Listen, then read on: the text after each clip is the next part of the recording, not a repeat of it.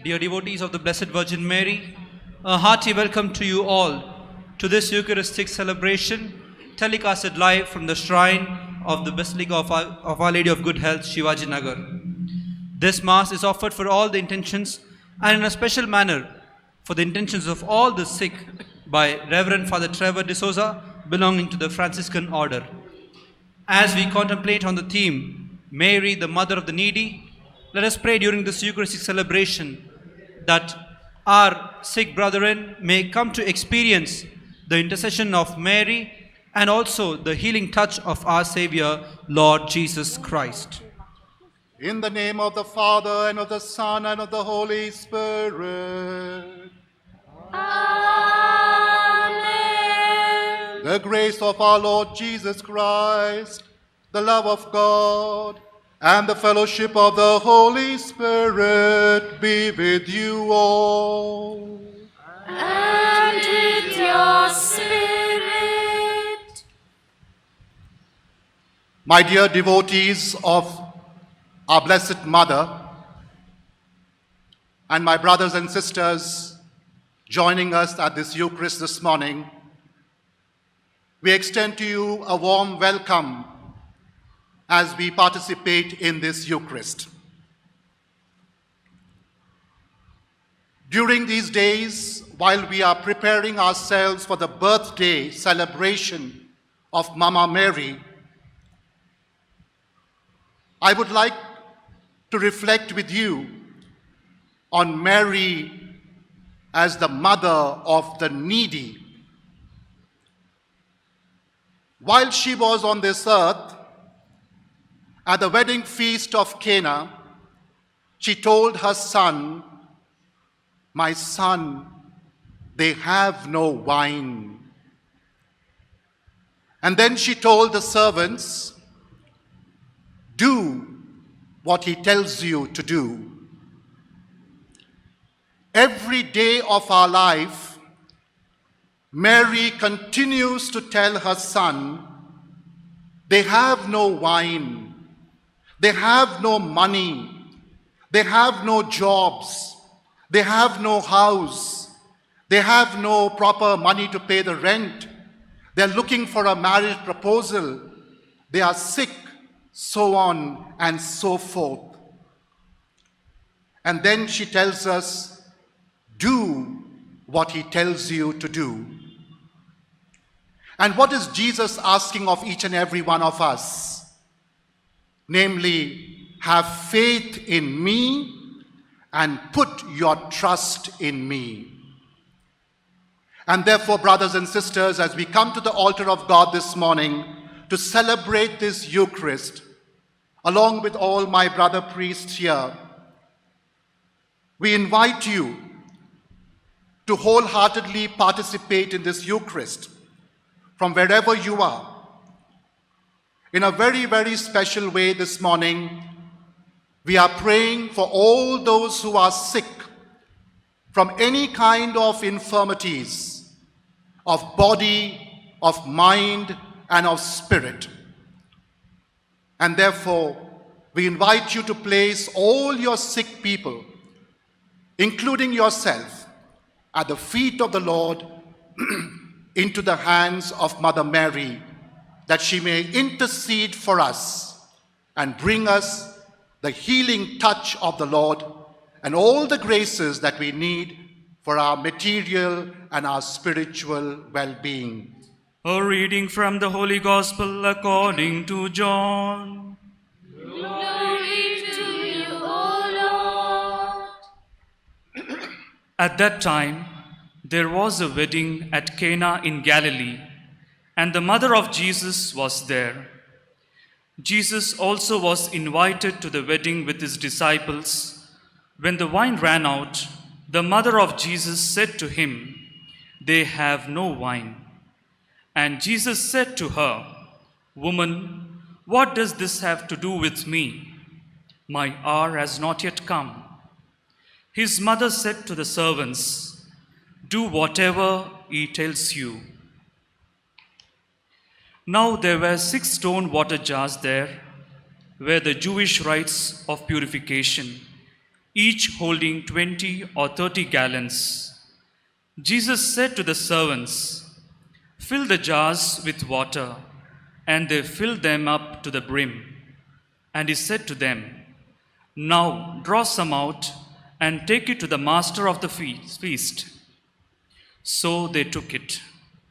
When the master of the feast tasted the water now become wine, and did not know where it came from, though the servants who had drawn the water knew, the master of the feast called the bridegroom and said to him, "Everyone serves the good wine first, and when people have drunk freely, then the poor wine. But you have kept the good wine until now." This, the first of his signs, Jesus did at Cana in Galilee and manifested his glory, and his disciples believed in him. The Gospel of the Lord. Praise to you, Lord Jesus Christ.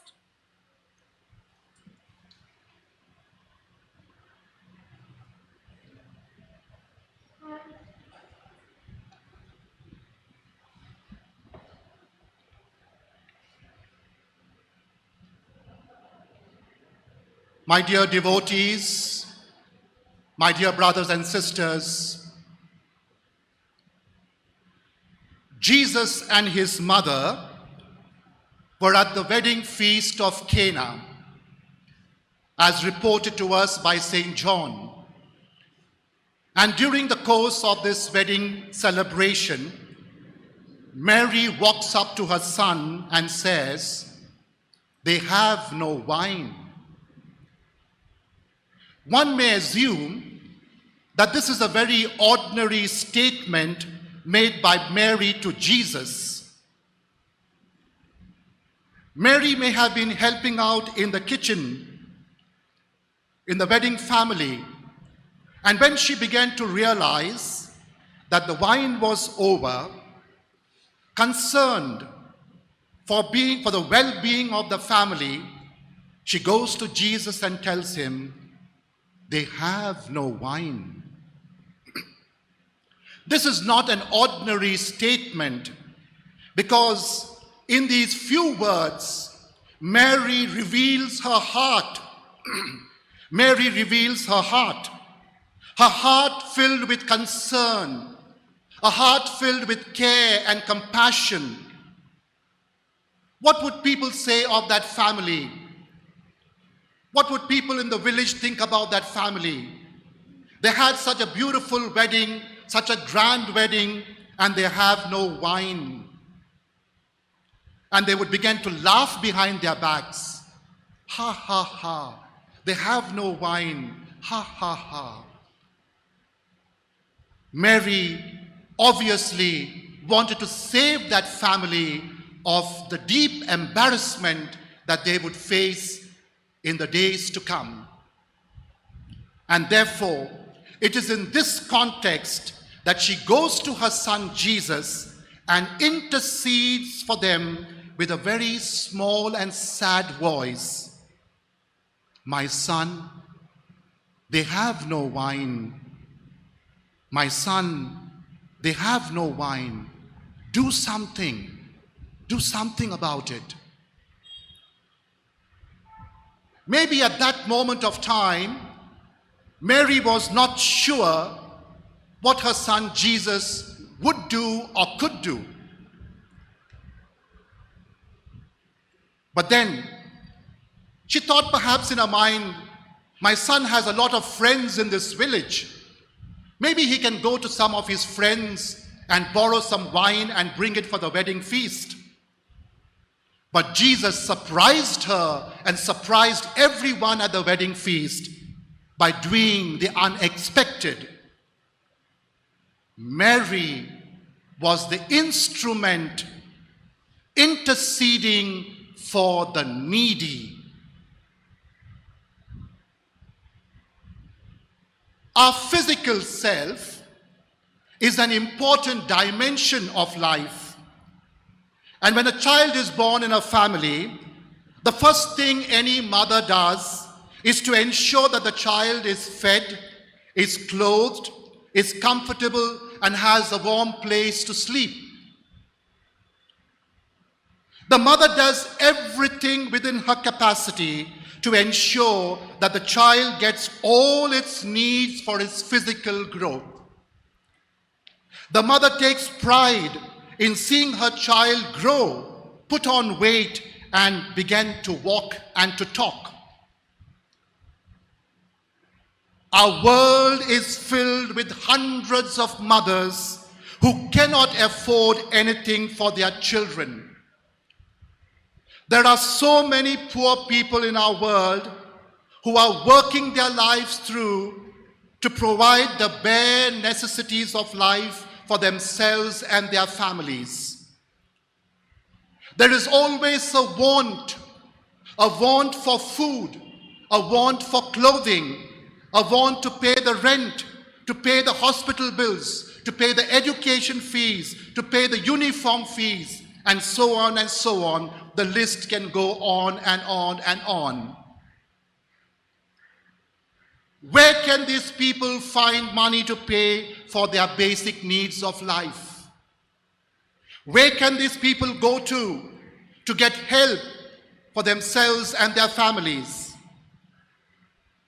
We know of so many stories of people, particularly sailors and seafarers, who have cried out to Mary when they were caught up in the winds and the waves of life. And miraculously, many of them have been saved to build a shrine on the seashore in remembrance of that saving act, the intervention, the intercession of Mary. One of the most challenging aspects of our human life is our health. And in spite of the best medicines and the best hospitals that we have today, our sickness is ever on the rise. Today, medical bills are so high, it is becoming impossible for the poor to get proper health care.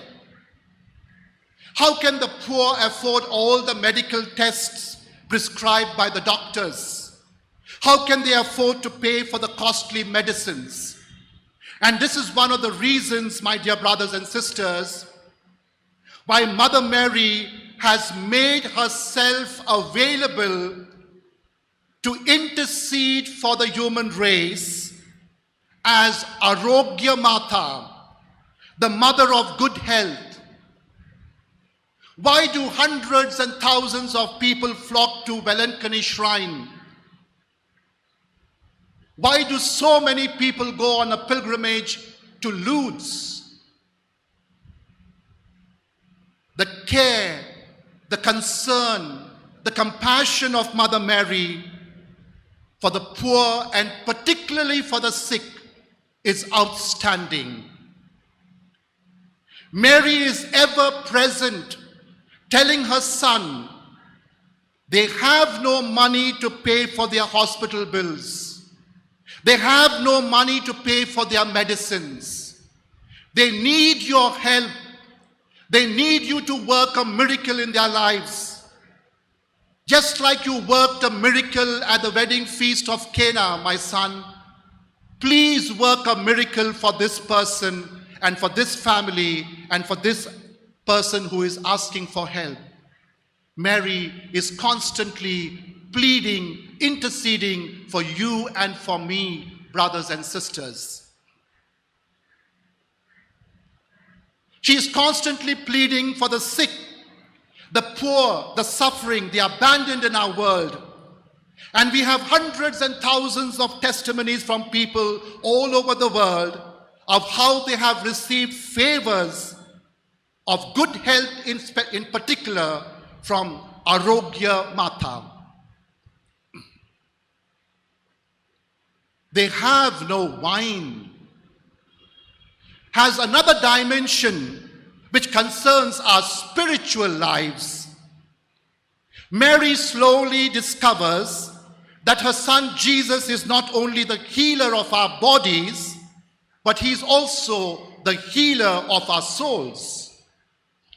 And that is why we pray in the Holy Mary, pray for us sinners, now and at the hour of our death. When the angel met Mary, he announced the child's name to Mary. He said, the child will be called Jesus, because Jesus means he will save his people from their sins. Just like we have challenges on the physical dimension of life, we also have challenges on the spiritual dimensions of life. We are weak. We fall into temptations. We sin. We fight. We abuse each other. We are unable to forgive each other. We tell lies. We abuse our bodies with alcohol, with drugs, with sex. We corrupt our minds, our hearts, our lives, our families with hatred, with anger, with unforgiveness. Name it, you have it. In short, our life is one failure of loving God and loving neighbor the way we should love God and the way we should love neighbor. And once again, Mary shows us her concern, her care, her compassion, and this time not for our physical well-being, but for our spiritual health, for our soul. She knows that her son Jesus has the authority to forgive sins. And therefore, on our behalf, she goes and tells her son Jesus, they have no wine. They have no wine.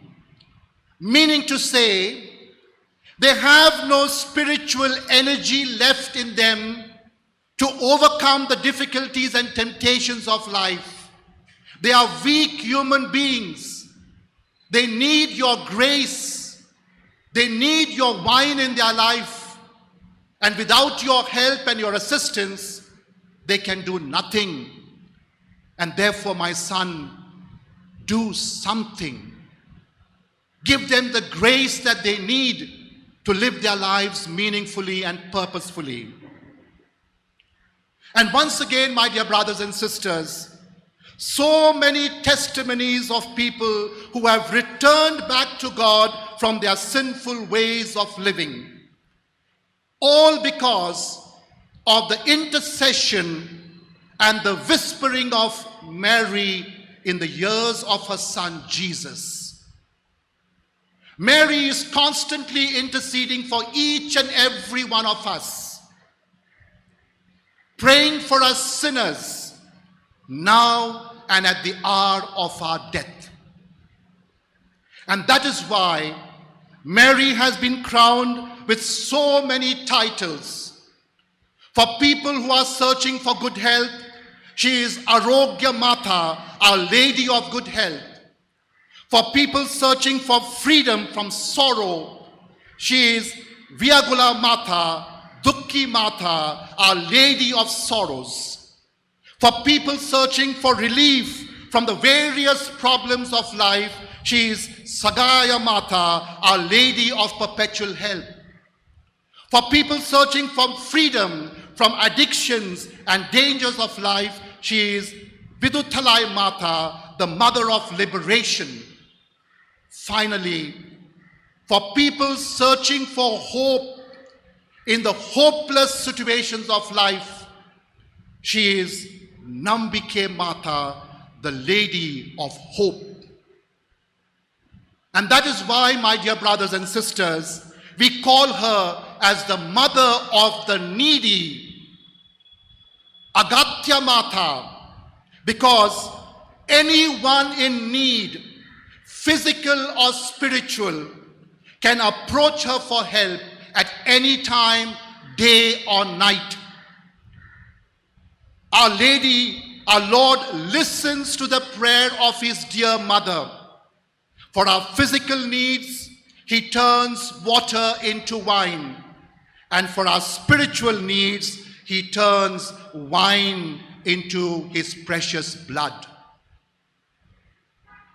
My dear brothers and sisters, as we continue this celebration today, I invite each and every one of you, wherever you are, in whatever kind of situation you find yourself in, either a physical problem or a spiritual problem, do not lose hope. Do not give up on life, because Mary, the mother of the needy, is waiting to listen to your prayers. And she is waiting to whisper into the ears of her dear son, they have no wine. And if you need the wine in your life, he will turn that water into wine for your physical needs. And if you need grace in your life, he will turn that wine into his blood to give you his saving grace in your life. God bless you. Amen. May the Lord Jesus Christ be with you to defend you, within you that he may sustain you, before you that he may lead you,